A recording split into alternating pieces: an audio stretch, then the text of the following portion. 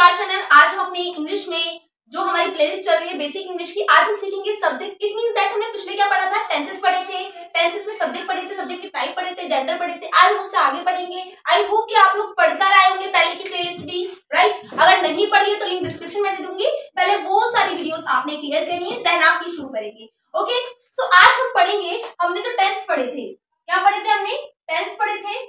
Tense में हमने पढ़ा टेंस के पास क्या होता है, हमने सबसे पहले टेंस में जानना है क्या होता है कि वाक्य में अल्फाबेट, अल्फाबेट से वर्ड। हमने कैसे पढ़ा था कि टेंस की सीरीज क्या होती है, अल्फाबेट होती है, राइट। पहले अल्फाबेट्स आते हैं, अल्फाबेट से हम क्या बनाते हैं, वर्ड्स बनाते हैं, राइट। और यही वर्ड्स क्या बनते हैं, यही वर्ड्स हमारे क्या बनते हैं, टेंसेस बनते हैं। ये हमारी सीरीज होती है, यही वर्ड्स हमारे मिलकर टेंसेस बनते हैं, यानी कि दो या दो से ज्यादा शब्दों का समूह क्या कहलाता है, वाक्य कहलाता है। ठीक है, तो टेंस में जो हमें जरूरत होती है वो होती है सब्जेक्ट की, ठीक है, मोस्टली, और प्रेडिकेट की, जिसके बारे में बात की जाए और जो बात की जाए, जो बात किस रूप में की जा रही है वो भी मैं बताऊंगी। ठीक है, प्रेडिकेट की जरूरत होती है। ठीक है, अब हम सब्जेक्ट की बात करते हैं, तो सब्जेक्ट में किस चीज की जरूरत होती है, सब्जेक्ट में किस चीज की जरूरत होती है, सब्जेक्ट में कोई भी जेंडर हो सकता है। क्या हो सकता है, कोई भी जेंडर हो सकता है। तो जेंडर कितने टाइप के होते हैं हमने ये जानना है, जेंडर कितने टाइप के होते हैं फर्स्टली। तो अब तक जो है हमने दो जेंडर पढ़े मैम, कि फर्स्ट होता है मेल, है ना, ये पहले वीडियो में बताया था मैंने आपको। दूसरा होता है फीमेल, और तीसरा क्या होता है, मेल पता है मैम, कोई भी मेल है, यानी कि कोई भी आदमी है वो मेल है, और कोई भी औरत है वो फीमेल है। बट बेटा थर्ड जेंडर होते हैं आपका कॉमन जेंडर। कॉमन जेंडर क्या होता है ये, हाँ, कॉमन जेंडर होता है आपका ईदर मेल और फीमेल। इट मींस दैट कि वो मेल भी हो सकता है और फीमेल भी हो सकता है। ठीक है, फोर्थ आपका आता है कौन सा, न्यूट्रल जेंडर। कौन सा जेंडर आता है, न्यूट्रल जेंडर, यानी कि नाइदर मेल और not female. It means that ना ही वो मेल होगा ना ही वो फीमेल होगा। जैसे कि न्यूट्रल जेंडर में नॉन लिविंग थिंग आती है, मुझे कमेंट में जरूर नॉन लिविंग थिंग्स जो होती है न्यूट्रल जेंडर आप बताइए कौन कौन से होते हैं। कॉमन जेंडर जैसे कि होते हैं पुलिस, लॉयर, एडवोकेट और सेम नहीं, दोनों सेम नहीं होते, इसमें भी डिफरेंस होता है। ठीक है, तो डॉक्टर हो गए, कोई भी प्रोफेशन है, टीचर है, वो फीमेल भी हो सकता है मेल भी हो सकता है। तो इसमें क्या है, ये कौन सा जेंडर है, कॉमन जेंडर है। ठीक है, अब मैम हमें पता चल गया कि भाई जेंडर कैसे, वेरी गुड, पता चल गया। अब मैम प्रीडिकेट में क्या हो सकता है, हाँ, इसके अंदर आपकी सबसे पहले क्या कि जिसके बारे में बात की गई, ओके, जो बात की जा रही है वो क्या है, जो बात की जा रही है वो हम वर्ब में भी बता सकते हैं। जैसे मैंने बोला, क्या बोला मैंने बोला कि वह जा रहा है, तो जा रहा है, गया, उससे ना जाओ, रुक जाओ, पढ़ लो, फिर जाओ। ठीक है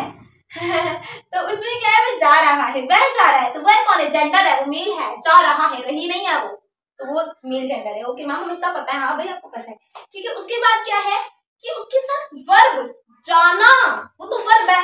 अगर हम बोलते हैं वह अच्छा है, हाँ भाई बहुत अच्छा है वो, है ना, ज्यादा ही अच्छा है कुछ, तो वह अच्छा है, वो अच्छा वर्ब तो नहीं है, वो एडजेक्टिव है। इट मींस दैट प्रेडिकेट क्या होता है बेटा, प्रेडिकेट आपका पार्ट ऑफ स्पीच से बना होता है। किससे बना होता है, पार्ट ऑफ स्पीच से बना होता है। यस, ओके मैम, समझ में आई। अब पार्ट ऑफ स्पीच क्या होती है, आपने कभी पढ़ा होगा, पार्ट ऑफ स्पीच में सबसे पहले हम पढ़ते हैं किसके बारे में, किसके बारे में पढ़ते हैं, नाउन के बारे में पढ़ते हैं। नाउन क्या होती है भाई, फिर पढ़ते हैं प्रोनाउन के बारे में, क्या पढ़ते हैं, प्रोनाउन के बारे में, फिर पढ़ते हैं वर्ब के बारे में, फिर पढ़ते हैं हम वर्ब के बाद पढ़ते हैं एडवर्ब के बारे में।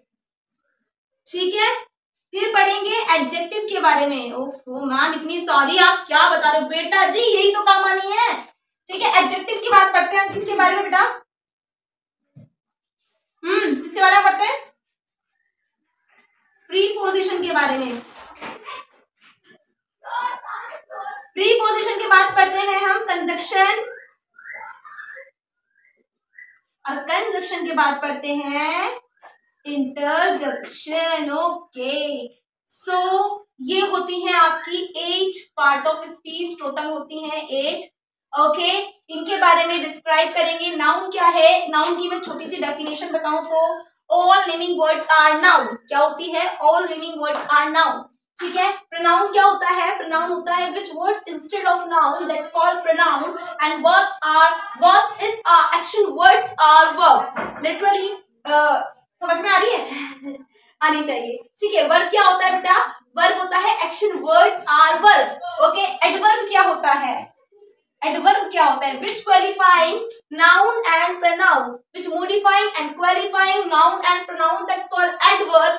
एंड एडजेक्टिव इज, मैं समझा दूंगी नेक्स्ट वीडियो में, इसके बहुत अच्छे से एक एक करके लेके जाऊंगी, पार्ट ऑफ स्पीच समझ में आ जाएगी। क्योंकि किसी भी चीज को समझने से पहले, किसी भी चीज को समझने से पहले बेटा उसका बेस जानना जरूरी होता है। अगर आपने पता ही नहीं आटा गूंदना कैसे है ना, तो आप रोटी बना नहीं सकते। समझ में आ गई? तो वो फिनिशिंग नहीं आएगी। तो इसीलिए आप जब भी सेंटेंस सीख रहे हैं, हमें क्या करना चाहता है? सबसे पहले ग्रीन वाली ट्रांसलेशन की बुक आई, रख दी, बेटा ये रहा टेंस, इसमें ये रहा फॉर्मूला, इसका स्ट्रक्चर ये रहा, बनाते चलो। रट्टाफिकेशन नहीं करनी है, इसके साथ करना है हमें बेसिक के साथ, अपनी बेसिक मजबूत चीजों को पकड़ते हुए आगे बढ़ना है। यदि हमें बेसिक, इट मीन्स दैट कि घर का अगर बेस मजबूत होता है तो घर भी मजबूत बनेगा, है ना। तो इसी तरीके से आपको अपना बेस मजबूत बनाना है। पहले बेस, उसके बाद आगे ट्राई करेंगे। पहले बेस मजबूत करना बहुत जरूरी है और कंसिस्टेंसी के साथ करना है। दैट मीन्स कि आप एक भी वीडियो ना छोड़े। प्लेलिस्ट आपकी बेसिक इंग्लिश की चल रही है, ठीक है। Adverb, adjective, preposition, conjunction, interjection में सब आपको पढ़ाऊंगी। नेक्स्ट वीडियो में मिलते हैं अपनी। इसके साथ बने रहे आपके प्यारे से चैनल ब्राइट स्पार्क ट्यूटोरियल के साथ, और जुड़े रहे हमसे, सीखते रहे इंग्लिश और अदर सब्जेक्ट भी। और आपको अगर चाहिए कोई न्यू टॉपिक पे वीडियो, तो आप मुझे कमेंट कर सकते हैं।